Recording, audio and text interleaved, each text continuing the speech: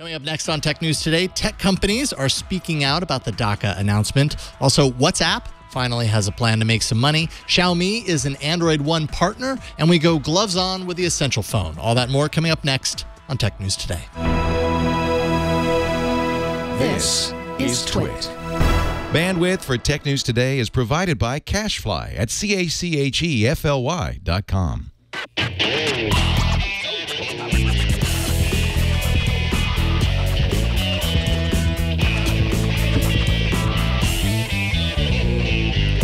This is Tech News Today, episode 1846, recorded Tuesday, September 5th, 2017.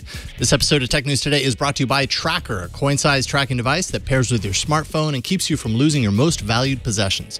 Visit thetracker.com right now and enter promo code TNT to save 20% off any order.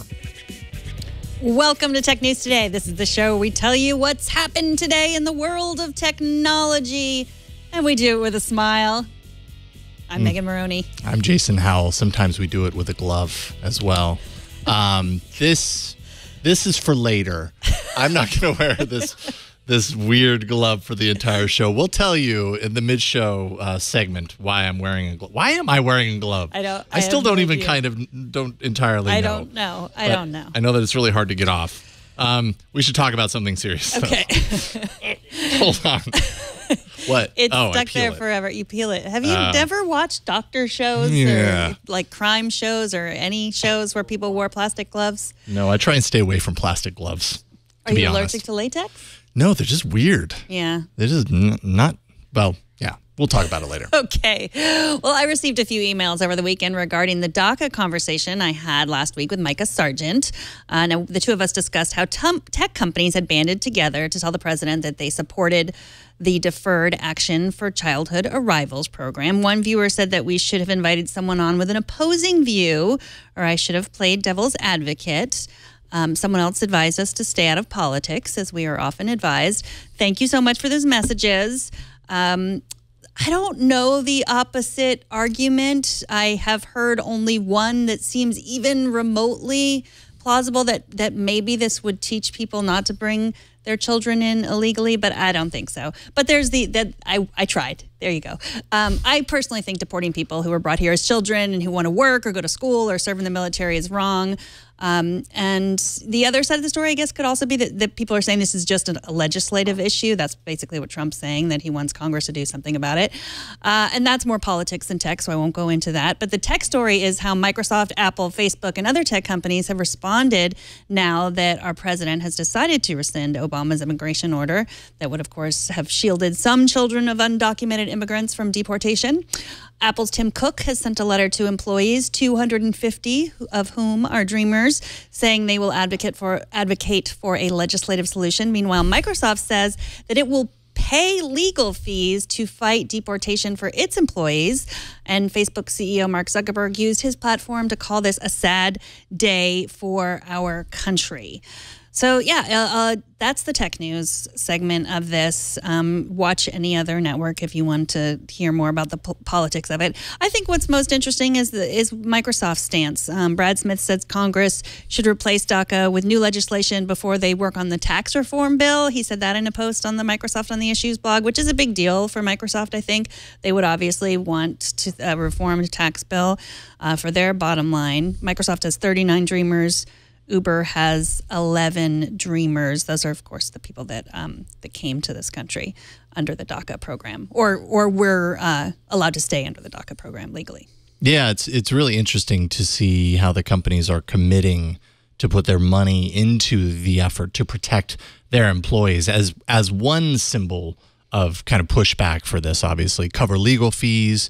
Like you said, Microsoft essentially is saying the government is going to have to go through them in order to get their employed Dreamers. And I'm guessing you're probably going to see that more. Although Microsoft's been the most explicit about that. They've been the most vocal about, like, heck no, we have a certain amount of employees who fall under this, and you're not going to get to them without us committing whatever we need to protect them, which has to feel at least somewhat positive for those employees. But it's also a bigger symbolic gesture. Obviously, they can't protect everybody. That's whose career or whose job is at stake. There's 700,000 jobs at stake with a change like this as it stands. So, but yeah, they're really kind of pushing.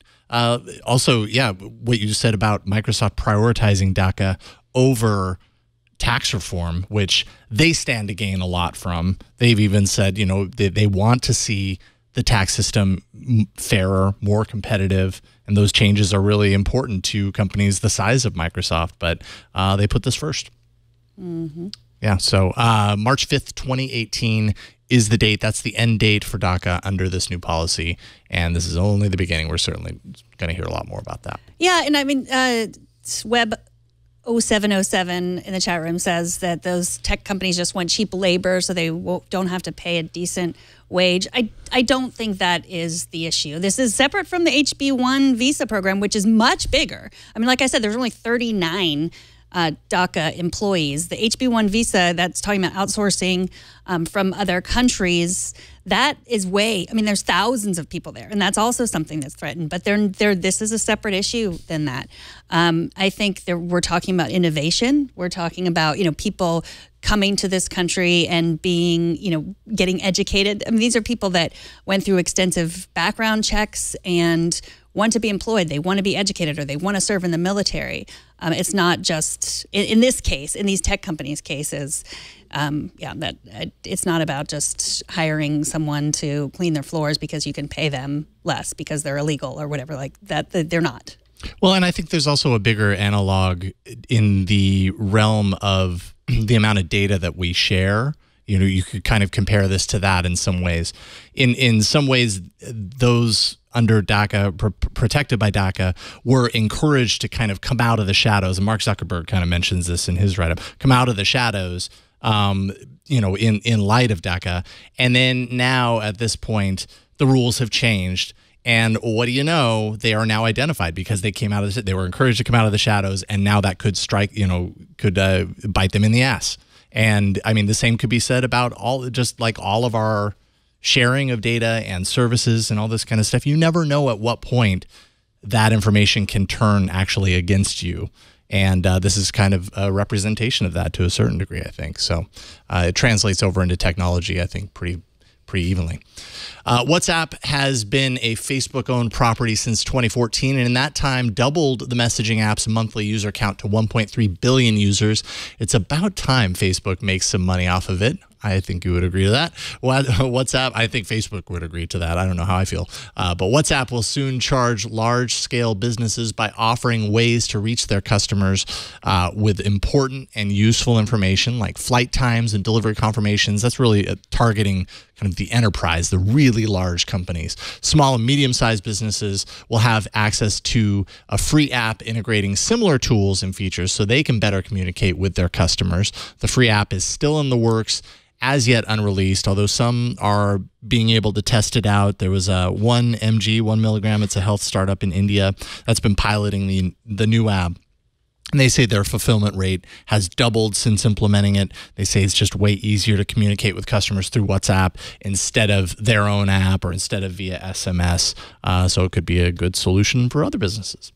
Yeah, I mean, basically, Facebook has run out of places to advertise on the Facebook feed, on our news feed, and so they are taking a different tack to make money here. And I mean, if a business wants to pay for that, I prefer that than advertising. Right. In this sense, I'm not a big user of WhatsApp. I use it occasionally when that's what people want to communicate with me on. So yeah, I think it'll be, I also think they're trying to solve that problem of, I know with my, text messages, I don't love to mix iMessage with work stuff. It's hard. And so they're going to be giving businesses like green badges. So it's different.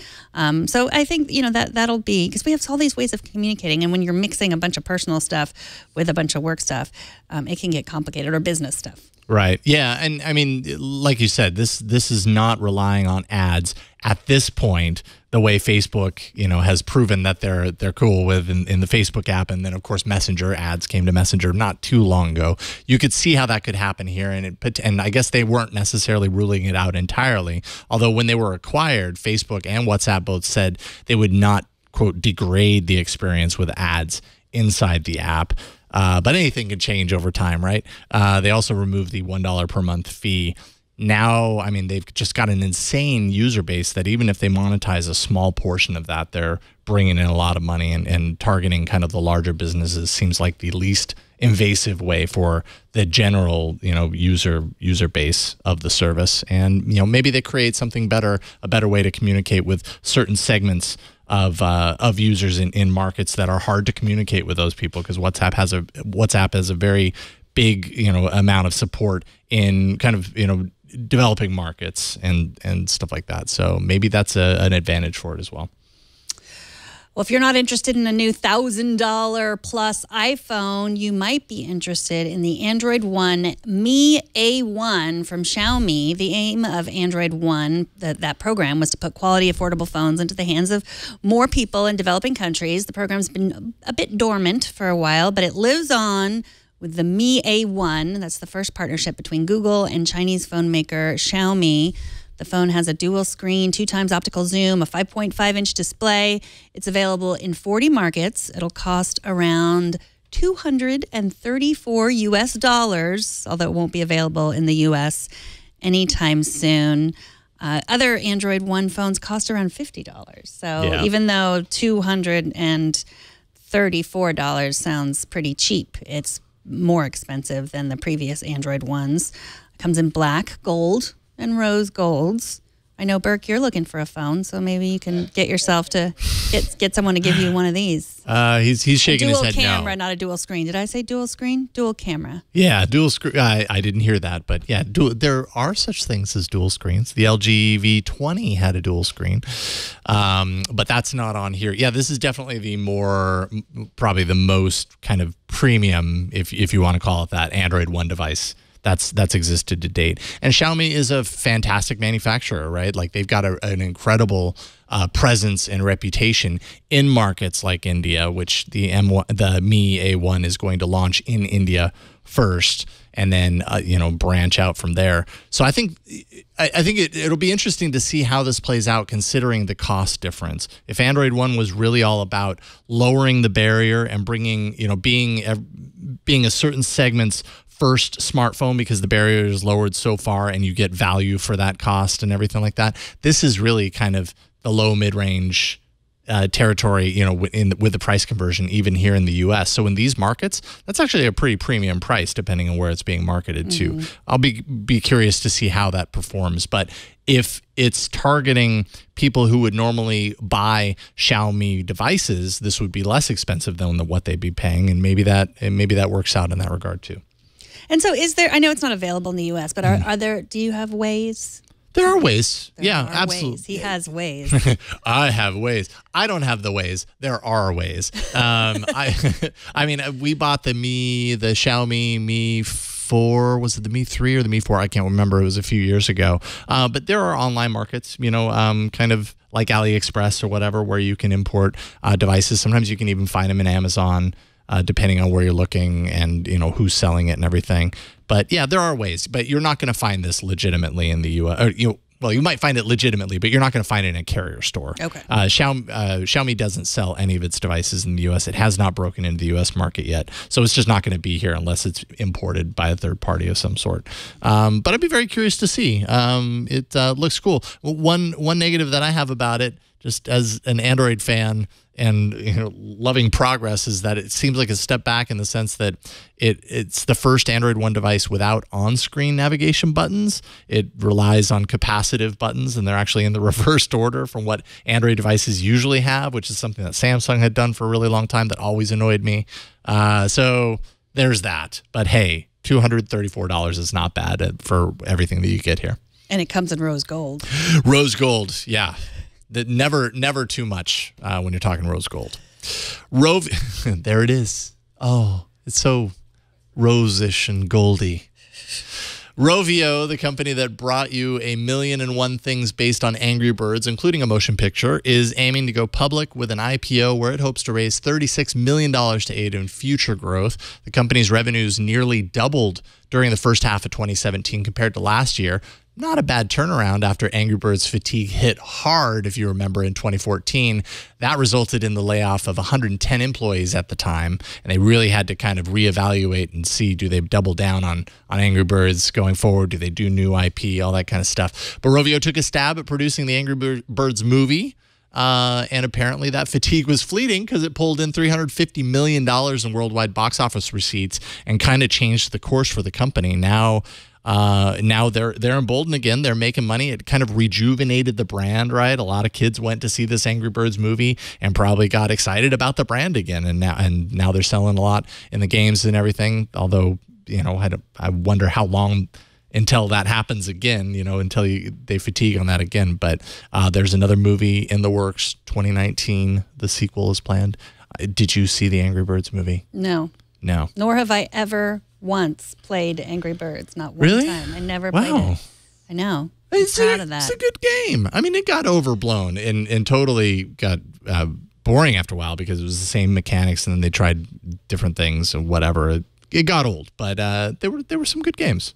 So the company has said we're going to go public because even though we followed the same path as so many other mobile game makers, they got insanely popular and then couldn't follow it up with anything good. But then they made a movie, and they're going to make another movie. So now they're going to IPO.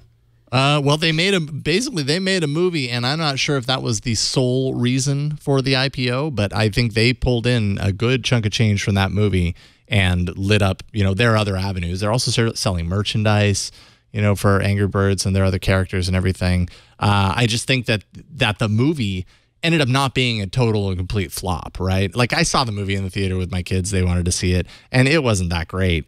But the kids were excited about it, and I'm sure there were a lot of kids that were excited about it. And just that alone is enough to kind of remind people of the franchise and get them excited about that. And I think that's kind of what they're looking to do. They want to possibly buy new talent, new intellectual property with the money, and try some new things. But they're also going to be throwing out a ton of Angry Birds stuff as well.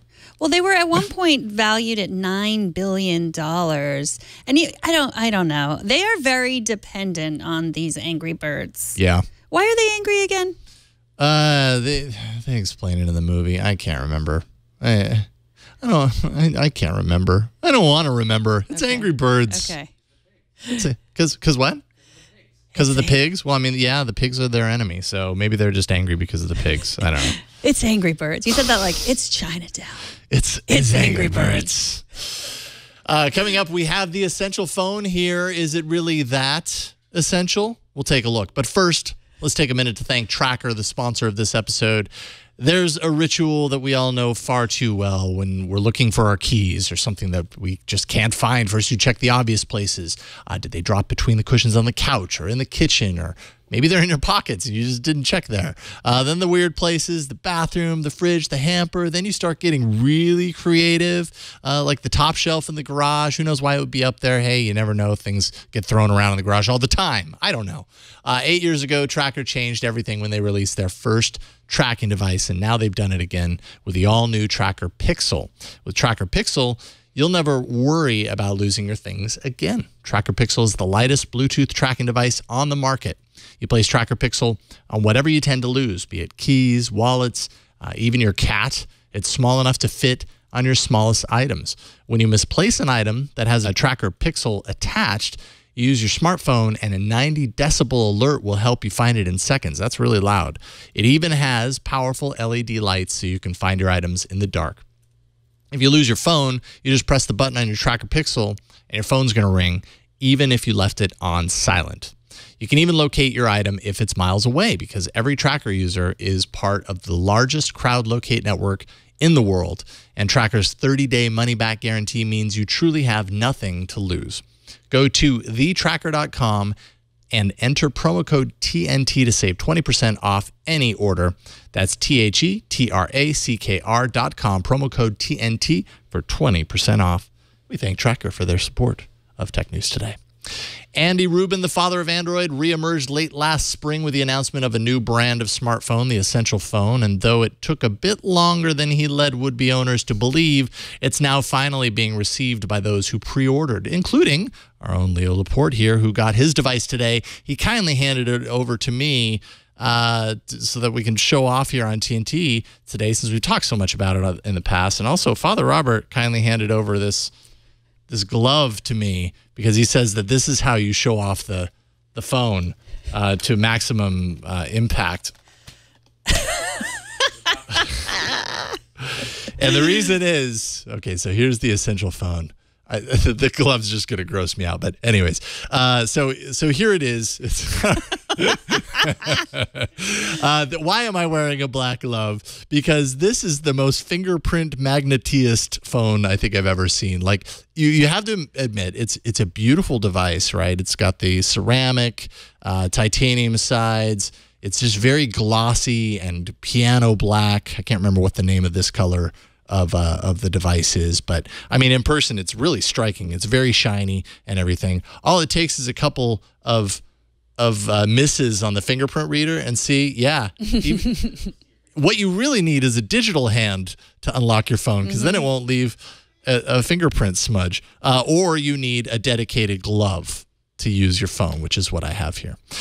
So this is the Essential Phone, which, let's see here, 5.7, real quick refresher here, 5.7-inch LCD QHD display. It does have the fingerprint sensor on the back, although in my short amount of time on it, you can see how flush it is. It actually makes it kind of hard to find, so then you end up dropping more fingerprints on the back. 13 megapixel dual rear-facing cameras, f1.85 aperture lens on there. Though it sounds like a lot of reviewers are having a lot of no luck with the camera. They're just not impressed with what the camera is able to do. Well, Leo tried to take a picture of Padre and I, and then he was like, jump up and down, and it's slow-mo or something, and then it froze. Oh, okay. Yeah. So I don't know if he was just messing with us, but... Hey, what do you know? The camera works through the glove. That's pretty impressive. Oh, excellent. Yeah, there we go. Okay. I didn't even have to ask. You just knew. Okay, so I did that. It didn't lock up on me. Okay. And we have, okay, where's the slow-mo? Oh. There. Too slow. Look, it looks like I'm doing the beach hair thing. Here we go. Slow-mo. Oh, my goodness. See, are we happy we did that?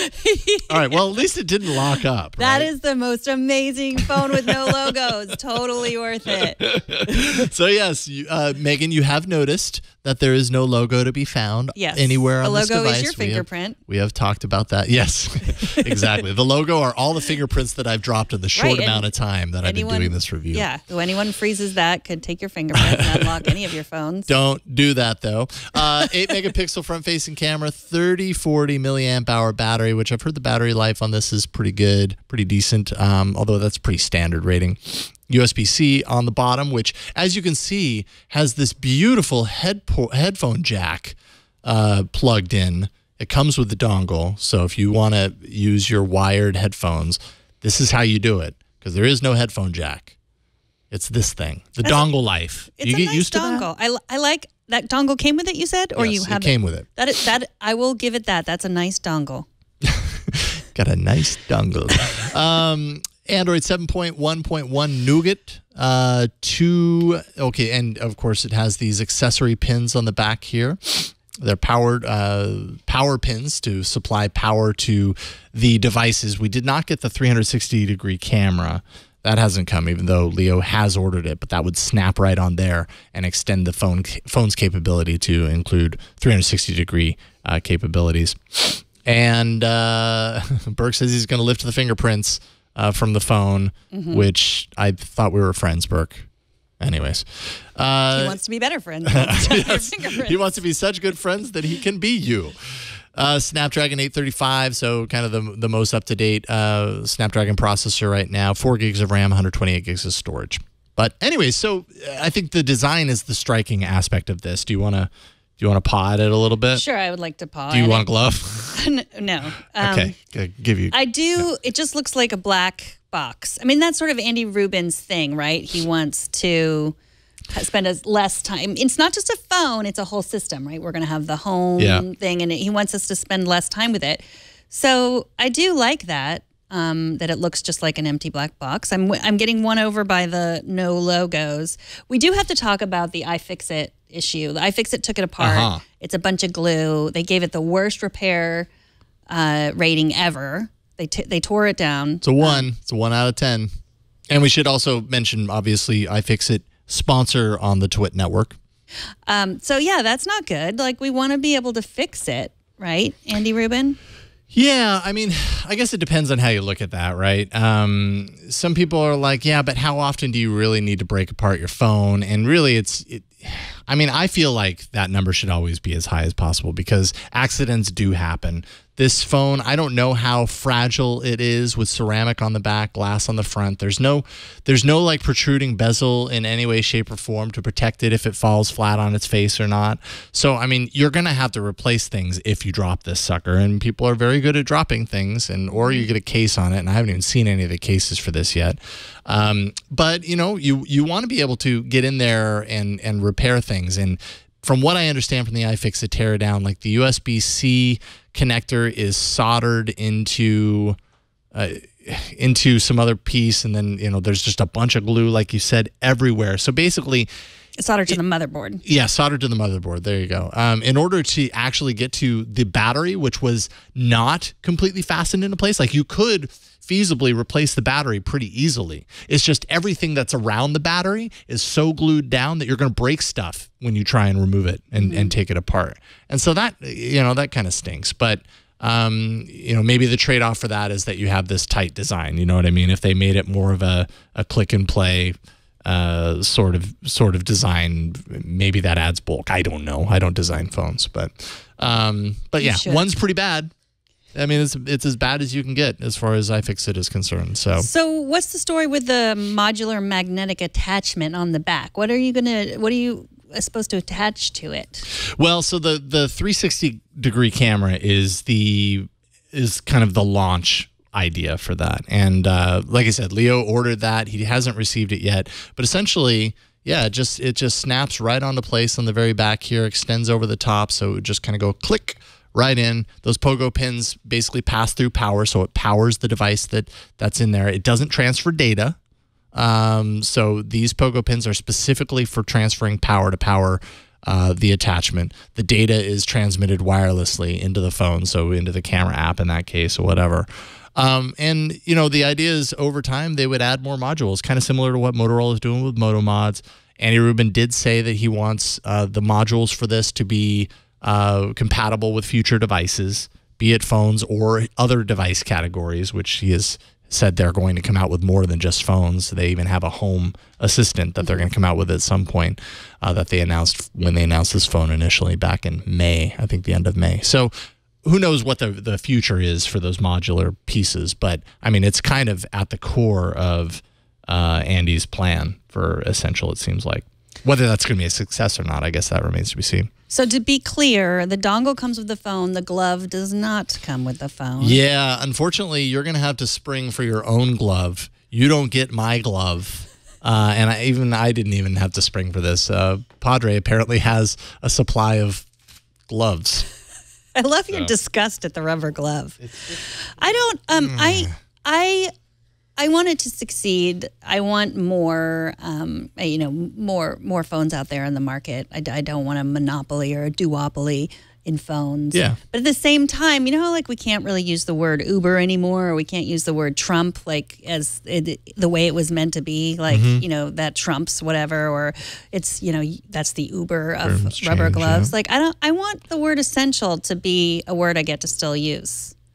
I think you can. Okay. I think it remains to be seen how much of a success Essential is going to be in rewriting. Okay. You know, the kind of, I don't know, collective understanding of what essential as a word means. Okay. That's my biggest concern here. Saving the word essential for its. Hey, maybe in a couple of years, Essential is going to be the next Samsung. They had a lot of stumbles coming out of the gate. At least they're shipping the device now. And this is the first device they have plans. They have funding, so we're going to see more from them. And it's Andy Rubin involved. That's why so many people have given it a pass on some of the things that have happened up until now, primarily because he's involved and he's kind of considered the father of Android. So people give this device a pass, whereas other newcomers coming out of the gate might not have been let off so easily, I think. But I mean, as far as the phone itself, the promise of this nice aesthetic and nice design, I think it succeeds on that front, and it's got a really nice feel. Like it's a very kind of it feels significant. You know what I mean? It doesn't feel empty or hollow, and it's good. What, Burke?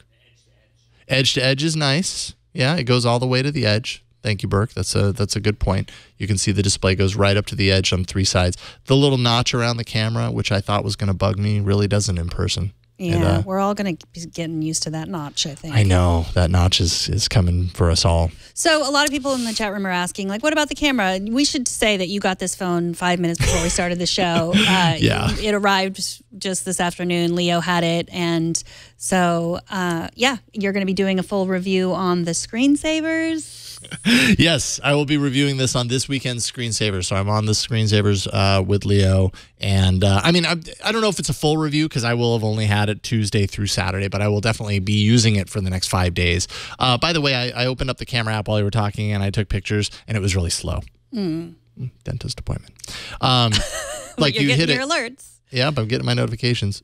Did you see how long it took to take that picture? Oh, man, that's just so slow. And I had heard that. Like, I'd say most of the complaints that I'm hearing from people who have spent a couple of weeks with this now is that the camera just doesn't live up. Like, the low light performance is not very good. It's slow, obviously. When you click to take a picture, it's kind of laggy and other things. So there you go. I'm waiting for you to get your Note 8. I'm excited about that. Someday soon. What is that? 3 weeks from now, we'll have a Note 8, and we'll talk about that then. Well, a few weeks ago, we talked about the subscription service Movie Pass that lets you watch one movie every day for only $10 a month. And Scott wrote to us about our discussion, which was how we might do this because the price of movie tickets has gotten so high. And Scott says, honestly, the cost of going to the movies isn't the reason we pretty much never go. It boils down to several reasons. Theaters are dirty. Other attendees are noisy and rude, often on their phones. You can't pause to use the bathroom. Key, that is key.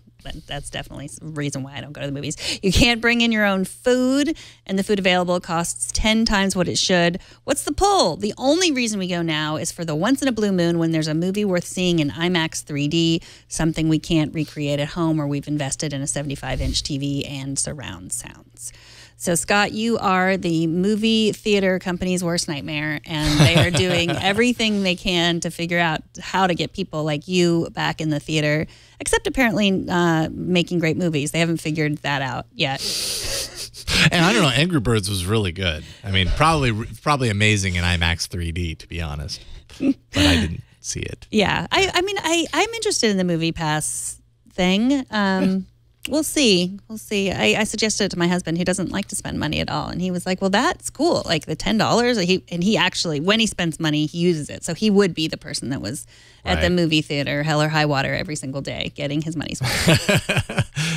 Man, 15 years ago, me would have been all over it. Now I'm just not that certain. Like, I feel like life is just crazy. It's hard to know that for certain I would have time, once a month to actually make it worth it. Future Jason will have time. Future Jason, your girls will not want to have anything to do with you. So do you just look forward to that? Okay, cool. Hopefully Movie Pass is still around when that happens. TNT's fan of the day is Steve FM 2003 on Twitter, who sent us this picture showing how you can have TNT playing on a tablet in the shower and have an attached stereo speaker system right next to it to make sure it sounds good. I thought maybe that was like a waterproof game controller, but it's a speaker. Either way, very cool. Nice to know that we are maximizing your time while you're getting clean. Show us how you watch or listen to TNT. Just record a video or take a picture of yourself or your setup. You can post it on Instagram, Google+, Twitter, or Facebook and use the hashtag HowIWatchTNT, and we'll find it. How much is your personal information worth? Verizon thinks it's worth about the same price as tickets to go see Lady Gaga. Jason Abrazizi says Verizon, from Mashable, says Verizon's new Verizon Up program will give you concert tickets, Uber rides, or phone upgrades just for agreeing to let the company track you on the web, in apps, and in the real world with a program they call Verizon Selects. This is just the beginning of Verizon's efforts to use highly targeted data to create advertising network like Google or Facebook. So go ahead and enjoy that Lady Gaga show. It's probably better than the free stuff you get from Facebook, which is basically pictures of other people's babies. So we're all handing away our information. You might as well get something good from it. I suppose. Like, I feel like this should, this sort of thing, when I read it at first, I was like, oh, man, I can't believe they're doing that. But then I had to really kind of be honest with myself and take a good look in the mirror and just go like, I already do this with Google. I did it with Facebook. I've withdrawn from Facebook a little bit, but that doesn't really matter. They still have all that year's worth of information, that I shared with them. Like, we're so used to doing this and getting something for it seems like a good negotiation where you're like, okay, well, I give it, so I might as well get something for it. But then we talked like at the beginning of the show about DACA, and it's just like a prime example of like, yeah, but you just never know. Like, you never know at what point that ends up being a really bad idea. And I hope that Lady Gaga show was worth it.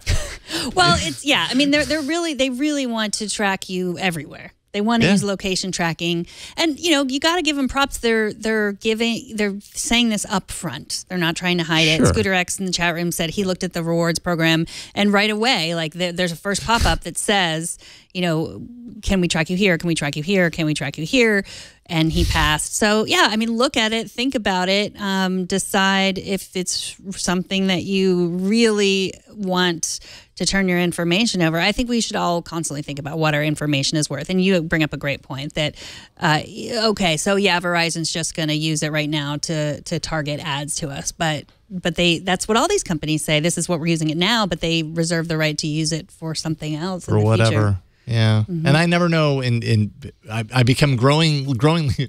Don't worry, I'm just putting the glove back on.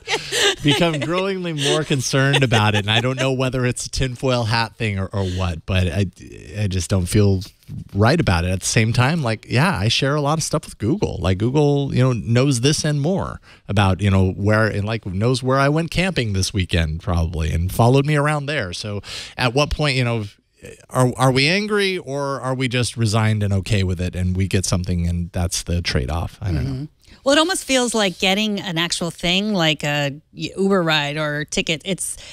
That makes it almost seem worse because you're actually when it's like, it's like Google, I get to use Gmail, I get, you don't think about it. It disappears, like whatever information you're giving to, it's not a trade-off. It's not a like, I give you this and then you give me this.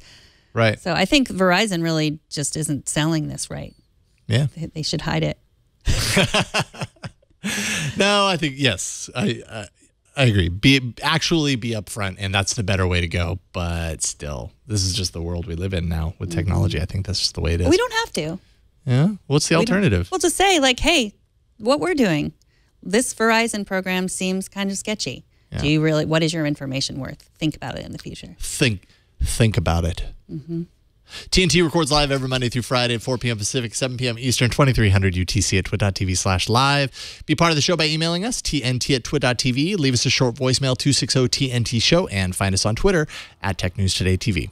And if you want to tweet at me about how much you think your information is worth, I would love to know. I'm at Megan Maroney. And I'm at Jason Howell. Thanks to Kevin, our technical director. Are you editing today, sir? Excellent. And our editor, featured editor today. Thanks to Burke and Jammer B for helping out here in the studio. And thanks to you for talking tech with us today. We'll see you all tomorrow. Bye, everybody. That was the loudest high five ever.